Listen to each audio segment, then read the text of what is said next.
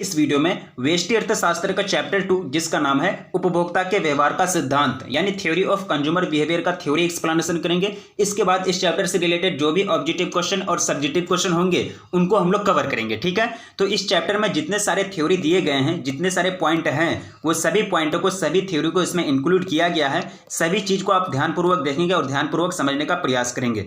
देखिए, इकोनॉमिक्स है, इकोनॉमिक्स में आपको थोड़ा बहुत दिमाग लगाना पड़ेगा और अच्छी तरह से समझने का प्रयास करना पड़ेगा। आप कॉपी कलम लेकर के बैठेंगे और सभी चीज को नोट करते हुए चलेंगे, अन्यथा फिर वीडियो देखने का कोई फायदा नहीं रहेगा।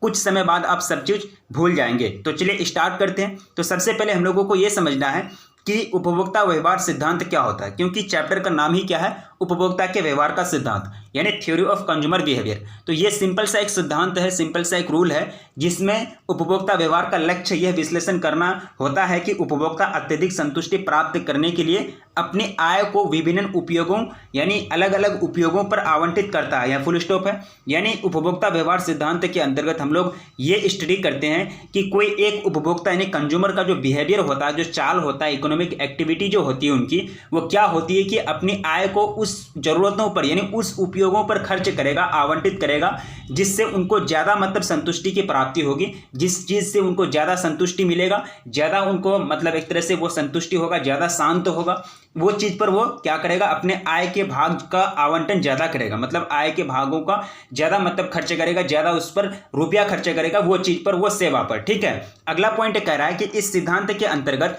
अलग अलग वस्तुओं की मांग और अलग अलग उपयोगों में आय के आवंटन के बारे में मुख्य रूप से अध्ययन किया जाता है। यानी ये जो सिद्धांत है उपभोक्ता व्यवहार सिद्धांत, इसमें मुख्य रूप से क्या किया जाता है कि विभिन्न प्रकार की वस्तुएं जो है यानी विभिन्न वस्तुओं की जो मांग और विभिन्न उपयोग जो है, विभिन्न मांग और विभिन्न उपयोग, ठीक है, उसके बीच में जो आय का जो आवंटन है उसी के बारे में मुख्य रूप से अध्ययन किया जाता है। यानी उपभोक्ता को कौन सी चीज पर ज्यादा मतलब संतुष्टि मिले, कौन सी चीज का वो डिमांड करते हैं और कौन सी चीज का डिमांड करने के बाद जो वो उपयोग करते हैं उसमें कितना संतुष्टि मिलती है और कितना रुपया उसमें खर्च करते हैं, ये सारे चीज का जो स्टडी किया जाता है वो किसमें, उपभोक्ता व्यवहार सिद्धांत में, थ्योरी ऑफ कंज्यूमर बिहेवियर में। सिंपल सा आप एक माइंड समझ लीजिए कि उपभोक्ता व्यवहार सिद्धांत में उपभोक्ता के आय के भागों का जो आवंटन है उसके बारे में हम लोग अध्ययन करते हैं और उपभोक्ता को मिलने वाले संतुष्टि को अच्छी तरह से हम लोग अध्ययन करते हैं। ठीक है, यानी दोनों को संबंध के रूप में, अलग अलग नहीं, यानी उसका आय का अलग से ये नहीं करेंगे, स्टडी नहीं करेंगे, या फिर उसका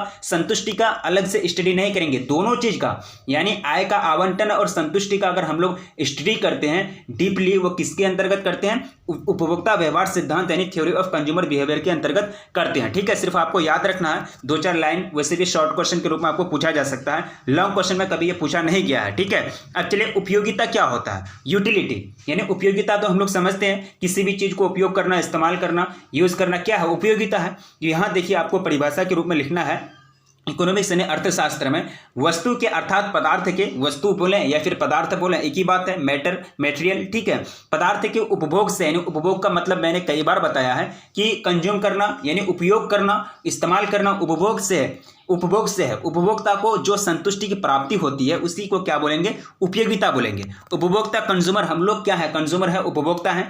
हम लोग कोई चीज का क्या करते हैं, उपभोग करते हैं, उपयोग करते हैं। वो उपभोग करने से हम लोगों को जो संतुष्टि मिलती है, हम लोगों को जो शांति होती है, हम लोगों को जो सेटिस्फिकेशन मिलता है, यानी हम लोग जो सेटिस्फाइड हो जाते हैं, संतुष्ट हो जाते हैं, उसी संतुष्टि की जो माप है उसी को क्या बोलेंगे, उपयोगिता यानी यूटिलिटी बोलेंगे। ठीक है, उपयोगिता यानी किसी भी चीज के उपभोग से या फिर किसी भी चीज के उपयोग करने से मिलने वाली उपभोक्ता की जो संतुष्टि है, यानी उपभोक्ता को जो मिलने वाली संतुष्टि है उसी को क्या बोलेंगे, उपयोगिता बोलेंगे। ठीक है, या फिर जो इच्छा है यानी किसी वस्तु की इच्छा की जो मांग होती है, यानी किसी वस्तु की मांग या इच्छा को शांत जो करती है, शांत करने के बाद जो संतुष्टि मिलती है, जो सेटिस्फिकेशन मिलती है, जो वो सेटिस्फाइड हो जाते हैं, उसी को क्या बोलेंगे, उपयोगिता यानी यूटिलिटी बोलेंगे। ठीक है, नेक्स्ट पॉइंट कह रहा है कि उपयोगिता किसी वस्तु की वह शक्ति है, वह पावर है जो उपभोक्ता यानी व्यक्ति की आवश्यकता को पूरी करती है। ठीक है, सही बात है, उपयोगिता जो है किसी भी कंज्यूमर, किसी भी व्यक्ति की आवश्यकता उपयोगिता को पूरी करती है, अर्थात मांग की इच्छा को शांत करता है। ये लाइन आप याद रखिए, मांग की इच्छा को, यानी जो आप अगर डिमांड करते हैं या फिर हम कोई चीज़ अगर डिमांड करते हैं तो हमारे डिमांड को मतलब शांत कर दिया, या फिर हम अब और डिमांड नहीं करने लगेंगे। कब नहीं करने लगेंगे? जब हमको संतुष्टि मिल जाएगी। संतुष्टि को मिलना ही तो कहता है उपयोगिता, ठीक है, यानी संतुष्टि प्राप्त करना ही तो है उपयोगिता। तो ये सब क्या है? यानी मांग की इच्छा को शांत करना ही एक तरह से उपयोगिता कहलाएंगे। उपयोगिता को मापने की इकाई यूटिल्स है। जैसे कि कपड़े को किस में मापा जाता है? मीटर में। तो उसी तरह उपयोगिता को, यूटिलिटी को किस में? यूटिल्स में मापा जाता है, यूटिल में मापा जाता है। ये उपयोगिता के बारे में हम लोगों ने पढ़ा। अब चलिए नेक्स्ट पॉइंट आपका आता है कुल उपयोगिता, टोटल यूटिलिटी। सिंपल सी बात है, जितनी सारी उपयोगिता हैं वो सारे उपयोगिता को जोड़ देंगे, ऐड कर देंगे, वो टोटल यूटिलिटी हो जाएगा, कुल उपयोगिता हो जाएगा। तो कुल उपयोगिता एक वस्तु की एक निश्चित मात्रा से, यानी एक वस्तु की एक निश्चित मात्रा, बहुत सारे वस्तु की नहीं, एक वस्तु की एक निश्चित मात्रा से प्राप्त उपयोगिताओं का क्या है? योग है। यानी जो किसी वस्तु की दी गई मात्रा को उपयोग करने से प्राप्त होती है। या फिर दूसरे रूप में आप ये भी देखेंगे, कुल उपयोगिता एक निश्चित समय में वस्तु की सभी इकाइयों का उपभोग करने पर प्राप्त संतुष्टि का कुल योग है। देख, ये लाइन आप याद रखेंगे किसी भी हाल में। कुल उपयोगिता एक निश्चित समय में वस्तु की सभी इकाइयों यानी सभी यूनिट्स के उपयोग करने से यानी उपभोग करने से प्राप्त जो संतुष्टि है, जो सेटिस्फिकेशन है, उसी का टोटल क्या है? एडिशन है, योग है, ठीक है। उसी को क्या बोलेंगे? टोटल यूटिलिटी यानी कुल उपयोगिता। ये आपका जो परिभाषा है, जो डेफिनेशन है, ये बेस्ट है। इसको आप भूलेंगे नहीं, इसको याद रखने का प्रयास करेंगे, ठीक है। कम से कम एक परिभाषा याद रखेंगे तभी आपका वहाँ एक तरह लाइन बढ़ा चढ़ा करके लिख सकते हैं, या फिर 2-4 लाइन और लिख सकते हैं। जब आपको परिभाषा याद ही नहीं रहेगा 2-4 लाइन, तो फिर आपका वहां कलम भी नहीं चलेगा बोर्ड एग्जाम में। इसलिए याद रखना बहुत जरूरी है। यहां देखिए, जैसे कि एग्जांपल के रूप में बताया गया है, n इकाइयों की कुल उपयोगिता कैसे निकालेंगे? तो TUN यानी total utility of n units बराबर हो जाएगा U1 plus U2 plus UN तक, यानी यूटिलिटी 1, यूटिलिटी 2 डैश डैश तक चलती जाएगा UN तक, यानी n इकाई, n यूनिट्स से जो टोटल यूटिलिटी प्राप्त होगी उसको निकालने का ये फॉर्मूला है। ये फॉर्मूला आप याद रखेंगे, ठीक है। टोटल यूटिलिटी कैसे क्या होता है, उसको निकाला कैसे जाता है, इसको हम लोगों ने पढ़ा, ठीक है। देखिए, वैसे भी आपको अच्छी तरह से पढ़नी है, अच्छी तरह से आपको समझनी है और नोट बनाना है। जैसे कि सीमांत उपयोगिता अब हम लोग निकालेंगे। सीमांत उपयोगिता जिसको क्या बोलते हैं? मार्जिनल यूटिलिटी बोलते हैं। देखिए, उपयोगिता से संबंधित तो आपको बोर्ड एग्जाम में क्वेश्चन आएगा, ये 100% गारंटी है, बार बार आया है, ये इतिहास रहा है कि उपयोगिता से संबंधित क्वेश्चन आता है। उपयोगिता के बारे में पूछ ही लेते हैं, हाँ, लेकिन सीमांत उपयोगिता या फिर कुल उपयोगिता या फिर उपयोगिता, लेकिन क्या पूछे वो अलग सी बात है। उपयोगिता से संबंधित आपका क्वेश्चन बोर्ड एग्जाम में आता है। तो सीमांत उपयोगिता यानी मार्जिनल यूटिलिटी क्या होता है कि कुल उपयोगिता में वह परिवर्तन, वह चेंजिंग जो वस्तु की एक अतिरिक्त इकाई के उपभोग से प्राप्त होता है, सीमांत उपयोगिता कहलाता है, ठीक है। यानी एक अतिरिक्त वस्तु का अगर उपभोग कर लेंगे, उसका अगर उपयोग कर लेंगे, तो वहां जो परिवर्तन आया कुल उपयोगिता में, उसी को क्या बोलेंगे? सीमांत उपयोगिता यानी मार्जिनल यूटिलिटी बोलेंगे। जैसे कि यहाँ एग्जांपल के रूप में लिया गया है, उदाहरण के रूप में यह लिया गया है। ये उदाहरण को जब आप समझ जाएंगे तो बहुत अच्छी बात होगी, अन्यथा या फिर डेफिनेशन याद रखने का कोई आपको फायदा नहीं होगा, ठीक है। देखिए, सीमांत उपयोगिता कैसे निकाला जाता है, टोटल या फॉर्मूला के रूप में आपको पढ़ाया गया है। देखिए, मान चलिए 4 सेबों का उपयोग करने से, यानी 4 सेब है, 4 एप्पल से आपके पास है, 4 सेबों का उपभोग करने से 28 इकाई यानी यूटिल, उपयोगिता को किस में मापा जाता है? यूटिल में मापा जाता है। यानी 28 यूटिल कुल उपयोगिता की प्राप्ति होती है, तथा 5वें सेबों का उपभोग करने पर जो है 30 यूटिल यानी 30 इकाई कुल उपयोगिता की प्राप्ति होती है। यह 5वें सेब, यह चौथा सेब खाए, पहला सेब, दूसरा सेब, तीसरा सेब, चौथा सेब तक खाया एक उपभोक्ता, एक कंज्यूमर, ठीक है। और 5वें सेब जब खा लिया तो वो कितना यूटिल हो गया? कितना यूटिल उनको उपयोगिता मिल गया? 30 यूटिल, 30 इकाई। तो अब देखिए, यहाँ आपको 5वें सेब का सीमांत उपयोगिता निकालना है, मार्जिनल यूटिलिटी निकालना है, ठीक है। एक अतिरिक्त खा लिया, खाया था 4, बाद में एक और खा लिया, क्योंकि कुल उपयोगिता में वह परिवर्तन जो एक वस्तु की एक अतिरिक्त इकाई उपभोग करने से जो प्राप्त उपयोगिता है, उसी को क्या बोलेंगे? सीमांत उपयोगिता। यानी एक अतिरिक्त इकाई या एक अतिरिक्त इकाई और खा लिया, एक गो सेब और खा लिया, उसको और उपभोग कर लिया, 4 ठो खाया था, 1 ठो और बढ़ा दिया। तो ये जो 1 ठो बढ़ाया, एक जो अतिरिक्त किया, तो इसी के कारण तो परिवर्तन आ गया, 28 से 30 हो गया, ठीक है। वही परिवर्तन आया ना, यही चेंजिंग आया, परिवर्तन आ गया, 28 से 30 हो गया। तो अब 5वें सेब का आप क्या करेंगे? सीमांत उपयोगिता निकालेंगे। यानी 5वें सेब का उपभोग करने से उपभोक्ता यानी कंज्यूमर को कौन सा मतलब ये हुआ, कितना उपयोगिता मिला, वो चीज आपको निकालना है। जैसे कि यहाँ 5वें सेब के उपभोग से कुल उपयोगिता 2 इकाई बढ़ गई, सही बात है। 28 था, 30 चले गया, तो इसलिए कि सीमांत उपयोगिता बराबर 30 घटा 28 कर देंगे। यानी क्या करेंगे, जो लास्ट में जो मतलब मिलता है, यानी पहले लास्ट में जो यूनिट है उसका जो टोटल उपयोगिता है उसमें, और पीछे वाले जो मतलब यूनिट है टोटल यूटिलिटी उसको घटा देंगे, तो क्या निकल जाएगा, सीमांत उपयोगिता आई थिंक मार्जिनल यूटिलिटी निकल जाएगा। फॉर्मूला इसका होता है कि MU5 बराबर TU5 माइनस TU4, ठीक है। तो यहाँ जो है पहले यानी बाद वाले में पहले वाले को घटा देंगे, यानी बाद में कौन आएगा, 5 आएगा, उससे पहले क्या आता है, 4 आता है, तो 4 को मतलब किस में घटाएंगे, 5 में घटा देंगे, ठीक है। तो MU5 बराबर हो जाएगा TU5 माइनस TU4, ठीक है। तो इस तरह से 30 माइनस 28 बराबर कितना हो जाएगा, 2। यानी कहने का मतलब ये कि 5वें सेब का उपभोग करने से प्राप्त सीमांत उपयोगिता बराबर 2 यूनिट यानी 2 यूटिल हो जाएगा, ठीक है। अब समझ लिए। चलिए नेक्स्ट ये आपका सूत्र है, ये सूत्र को आप याद रखेंगे। MU यानी मार्जिनल यूटिलिटी निकालने का फॉर्मूला होता है TUN यानी टोटल यूटिलिटी n इकाई का, n यूनिट का, टोटल यूटिलिटी n इकाई का, n यूनिट का -1 कर देंगे, ये फॉर्मूला होता है, ये फॉर्मूला आप याद रखेंगे। अब देखिए नेक्स्ट पॉइंट क्या करा कि सामान्यतः ये देखा जाता है कि सीमांत उपयोगिता वस्तु के उपभोग में वृद्धि के साथ गिर जाती है। यानी जो मार्जिनल यूटिलिटी है वो वस्तु के उपभोग में अगर वृद्धि करेंगे, वस्तुओं का ज़्यादा अगर उपयोग करेंगे तो वो क्या हो जाती है कि वे वृद्धि के साथ गिर जाती है, ठीक है। यानी वृद्धि के साथ गिर जाती है क्योंकि एक वस्तु की कुछ मात्रा उपलब्ध हो जाने पर उपभोक्ता की उस वस्तु और अधिक मतलब जो प्राप्ति है और अधिक प्राप्त करने की जो इच्छा है, जो वांट्स है उनके, वो क्या हो जाते हैं, कम हो जाते हैं, ठीक है। 5 सेब खा लिया, 4 सेब खा लिया, अब 5वें सेब खाया तो 6ठा सेब खाने का मन नहीं कर रहा, मतलब इच्छा क्या हो जाता है, कम हो जाता है, इच्छा अब घट जाता है, ठीक है। अब चलिए दूसरा पॉइंट बता रहा है कि कुल उपयोगिता और सीमांत उपयोगिता में संबंध, रिलेशन क्या होता है, शॉर्ट क्वेश्चन के रूप में बार बार पूछा जाता है। याद रखेंगे कि कुल उपयोगिता और सीमांत उपयोगिता यानी TU और MU total utility and marginal utility के बीच जो रिलेशन है वो इस प्रकार है, TUN बराबर MUN1 plus MU2 plus MU plus N1 minus, ठीक है, MUN -1 प्लस क्या हो जाएगा MUN। ये एक तरह से फॉर्मूला है, फॉर्मूला को आप याद रखेंगे। फॉर्मूला से रिलेटेड जब आप क्वेश्चन सोल्व करेंगे तभी आपको और बेस्ट तरीके से फॉर्मूला याद हो जाएगा, ठीक है। लेकिन फिर भी आपको नोट बनाना है और फॉर्मूला आपको याद रखना है। अब चलिए नेक्स्ट पॉइंट आपका आता है, नेक्स्ट टॉपिक क्या है, ह्रासमान उपयोगिता नियम यानी लॉ ऑफ डिमिनिशिंग यूटिलिटी, यानी ह्रासमान उपयोगिता नियम की आप व्याख्या कीजिए। ये नियम क्या होता है इसको आप अच्छी तरह से समझिए। देखिए अच्छी तरह से समझिएगा, थोड़ा सा ध्यान दीजिए। तो ये जो नियम है, इस नियम के अनुसार जैसे जैसे अन्य वस्तुओं के उपयोग को स्थिर रखते हुए किसी वस्तु के उपभोग को बढ़ाया जाता है तो उस वस्तु की हर अगले इकाई के उपभोग से प्राप्त सीमांत उपयोगिता गिर जाती है, ठीक है।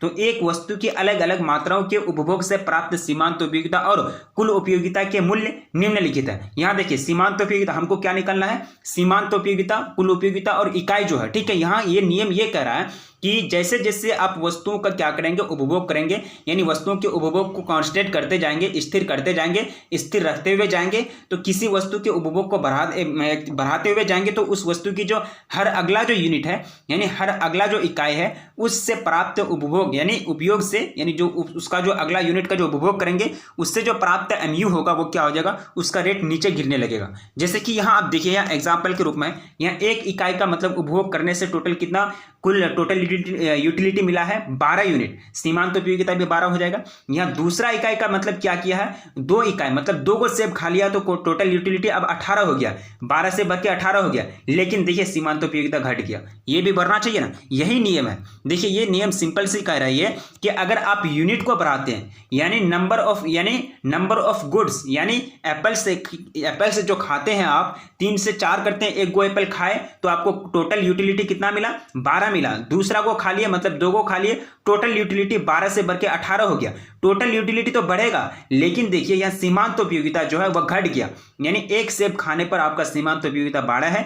दूसरा सेब जैसे खाए यानी जैसे उसका उपभोग किए तो सीमांत उपयोगिता घट के 6 हो गया, और तीसरा सेब जब खाए तो फिर सीमांत उपयोगिता घट के 4 हो गया। यही नियम है, मतलब जब यूनिट की नंबर ऑफ यूनिट्स आप बढ़ाते हैं तो टोटल यूटिलिटी बढ़ती है लेकिन सीमांत उपयोगिता घट जाती है, उसी को क्या बोलेंगे, ह्रासमान उपयोगिता नियम बोलेंगे, यानी लॉ ऑफ डिमिनिशिंग यूटिलिटी बोलेंगे। ये आप चार्ट समझ लिए, ये चार्ट अगर आप समझ गए तो आप अच्छी तरह से नियम को समझ गए। देखिए ये नियम को समझने के लिए ये चार्ट को समझना बहुत जरूरी है। यूनिट जब आगे बढ़ेगा तो टोटल यूटिलिटी आगे बढ़ता है, लेकिन एमयू घटने लगता है। ठीक है, एमयू घटने लगता है। इसी नियम को क्या बोलेंगे? ह्रासमान उपयोगिता नियम। यानी क्या होता है कि अगला जब यानी उस वस्तु के हर अगले यूनिट यानी अगला यूनिट जब इस्तेमाल करते जाएंगे, उपभोग करते जाएंगे तो सीमांत उपयोगिता गिर जाती है।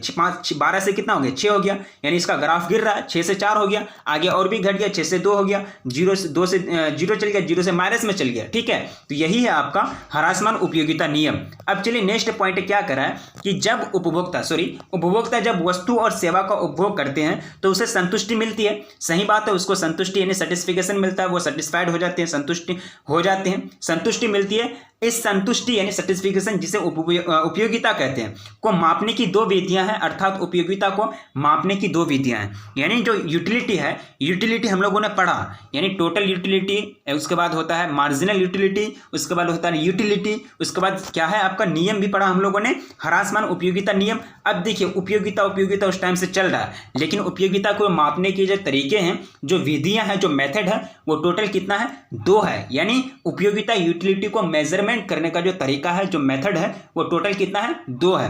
पहला जो मेथड है वो क्या है? गणनावाचक उपयोगिता विश्लेषण यानी cardinal utility analysis. Cardinal utility analysis में क्या होता है कि इसे सीमांत उपयोगिता विश्लेषण भी कहते हैं। इसका दूसरा नाम क्या हो गया? यहां देखिए ये दोनों जो मेथड है, ये दोनों मेथड किस में अप्लाइड किए जाते हैं? किस चीज में अप्लाइड किए जाते हैं?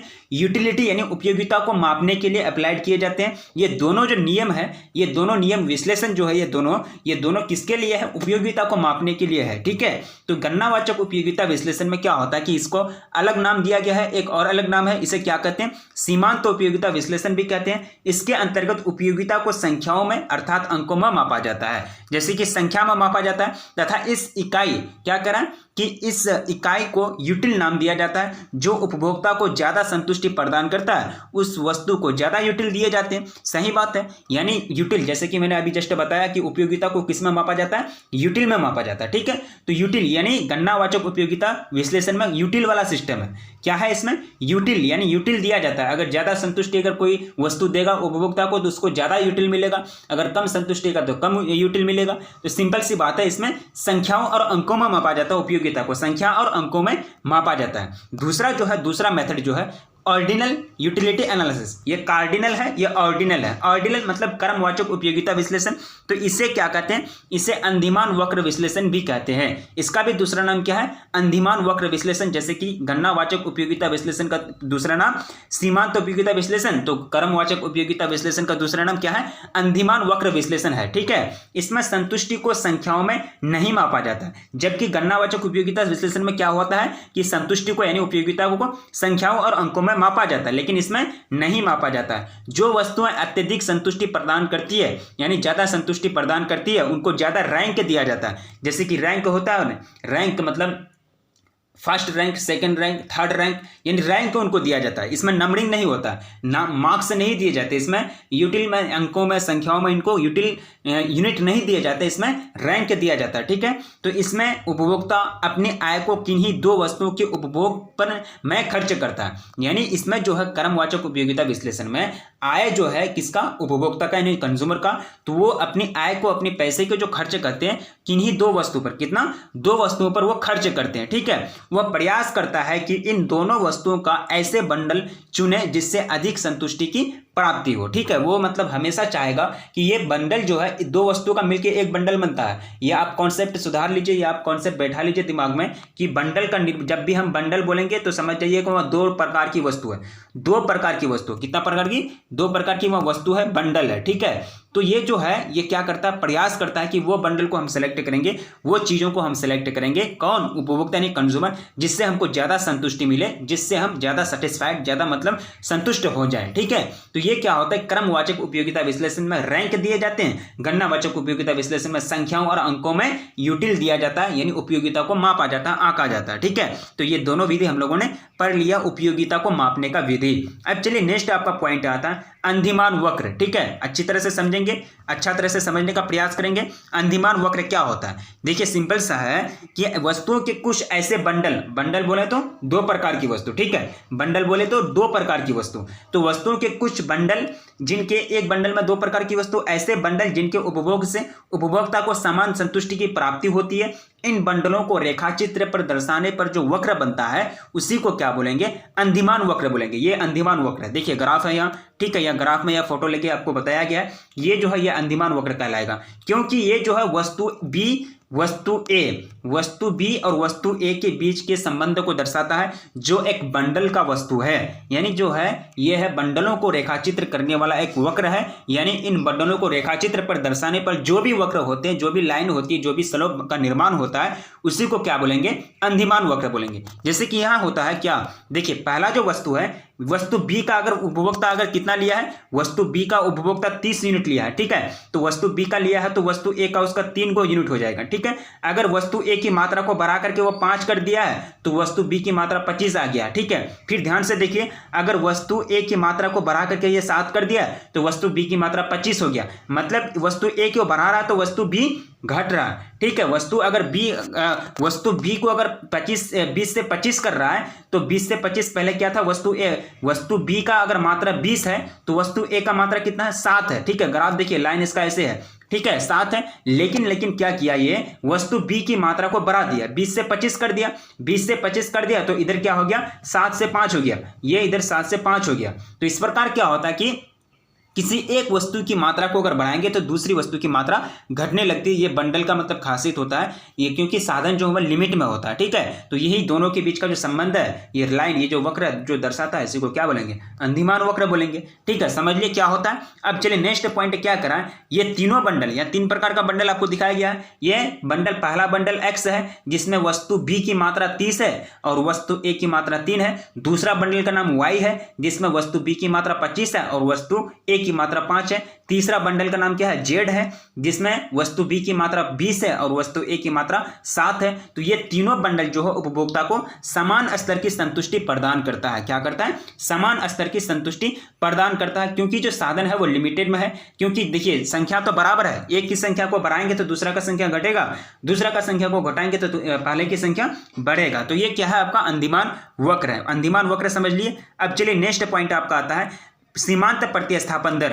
सीमांत प्रतिस्थापन दर क्या होता है, सिंपल सी बात है, यानी मार्जिनल रेट ऑफ सब्स्टिट्यूशन। तो ये एक फॉर्मूला आपको याद रखना पड़ेगा, सीमांत प्रतिस्थापन दर यानी MRS, marginal rate of substitution. तो ये जो ऐसा दर होता है, ऐसा रेट होता है जिस पर उपभोक्ता X वस्तु की अतिरिक्त इकाई प्राप्त करने के लिए Y वस्तु की मात्रा त्यागने के लिए तैयार रहता है, उसी को क्या बोलेंगे, MRS बोलेंगे, ठीक है। यानी सीमांत प्रतिस्थापन दर, सिंपल सी बात है, वस्तु ए की मात्रा को ज्यादा उपयोग करने के लिए, ज्यादा उपभोग करने के लिए उपभोक्ता क्या करते हैं, वस्तु वाई की मात्रा को घटा देते हैं, उसको त्याग देते हैं, क्योंकि उनको त्यागना पड़ेगा, संसाधन लिमिट में है। वही अंधिमान वक्र, ठीक है। यानी वस्तु ए की मात्रा अगर बढ़ रहा है तो वस्तु बी की मात्रा घट रहा है। तो सिंपल सा बात है, क्योंकि बंडल है, बंडल में किसी एक वस्तु की मात्रा घटती है तो दूसरी की बढ़ जाती है, दूसरी की घट जाती है, फिर तो पहले की बढ़ जाती है। तो ये सब चीज है। तो क्या होता है कि सीमांत उपयोगिता दर में यानी सीमांत प्रतिस्थापन दर में एक उपभोक्ता जो है वस्तु X की अतिरिक्त मात्रा प्राप्त करने के लिए, अतिरिक्त इकाई प्राप्त करने के लिए Y वस्तु की मात्रा को त्याग देता है, ठीक है। उसी को क्या बोलेंगे, MRS बोलेंगे। तो MRS निकालने का फॉर्मूला क्या होता है, डेल वाई बटे डेल एक्स, ठीक है। If del y by del x यानी ग्रेटर देन 0 या फिर बराबर 0, MRS बराबर क्या हो जाएगा, minus del y by del x if del y upon del x less than 0, ठीक है। ये फॉर्मूला होता है। ये क्या होता है, दो फॉर्मूला होता है, दोनों फॉर्मूला को आपको याद रखना पड़ेगा, MRS निकालने का फॉर्मूला। जैसे कि यहाँ एग्जाम्पल के रूप में लिया गया, देखिए एग्जाम्पल आप समझिए, del y by del x, ठीक है। देखिए संयोग जो है वो क्या है, ए है। संयोग का मतलब क्या हो जाएगा, का मतलब यह बंडल, जैसे कि एक्स वाई जेड लिए है ना, तो इसी तरह से संयोग यहाँ लिया गया है ABCD करके, ठीक है। तो यहाँ वस्तु X की मात्रा, अगर उपभोक्ता एक ठो वस्तु X की मात्रा उपयोग करता है और वस्तु Y की मात्रा क्या करता है, 20 ठो करता है, ठीक है। तो यहाँ क्या हो जाएगा, यहाँ तो आप MRS नहीं निकाल पाएंगे। लेकिन दूसरा पॉइंट में देखिए, डेल वाई का मतलब क्या हो जाएगा, डेल वाई का मतलब क्या हो जाएगा कि वस्तु की मात्रा में चेंजिंग, यानी डेल का मतलब क्या होता है, चेंजिंग, ठीक है। तो यहाँ देखिए डेल वाई और डेल एक्स, तो डेल एक्स की मात्रा 2 है और डेल वाई की मात्रा 15 है, ठीक है। तो MRS निकालेंगे आप, तो डेल वाई और डेल एस दे दिया आपको, तो डेल वाई और डेल एस आप निकालिए, ठीक है। यानी वाई में डेल वाई कैसे निकालेंगे, डेल एक्स से पहले निकालते, तो डेल एक्स से कैसे निकालेंगे, 2 - 1 कर देंगे, ठीक है। यानी डेल अगला में घटा देंगे पीछे वाले को, ठीक है। डेल वाई कैसे निकालेंगे, डेल वाई निकलेगा आपका 15 माइनस कितना निकलेगा, सॉरी 15 - 20, तो इस प्रकार आपको निकालना है। 15 माइनस 20 बराबर -5 निकलेगा। -5 क्या हो जाएगा, 1/-5 यानी 1/-5 हो जाएगा।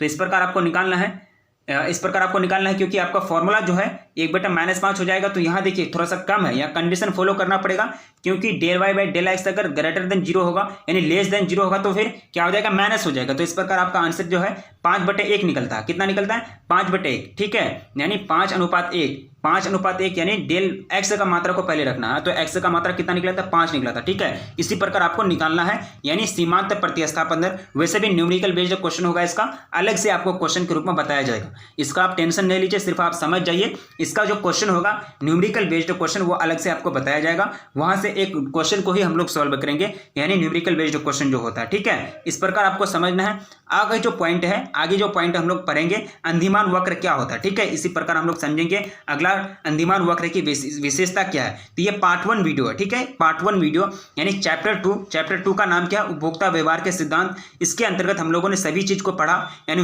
मेन चीज जो होता है, सीमांत उपयोगिता क्या होता है, कुल उपयोगिता क्या होता है, उपयोगिता क्या है, उपभोक्ता व्यवहार का सिद्धांत, यानी चैप्टर 2 उपभोक्ता व्यवहार का सिद्धांत, यानी थ्योरी ऑफ कंज्यूमर बिहेवियर, व्यष्टि अर्थशास्त्र का चैप्टर 2 का थ्योरी हम लोगों ने कवर किया। ये पार्ट 1 वीडियो है, पार्ट 2 वीडियो बहुत ही जल्द आएगा, ठीक है, पार्ट 2 वीडियो बहुत ही जल्द आएगा और वो चीज को आप लोग कवर करेंगे, ठीक है।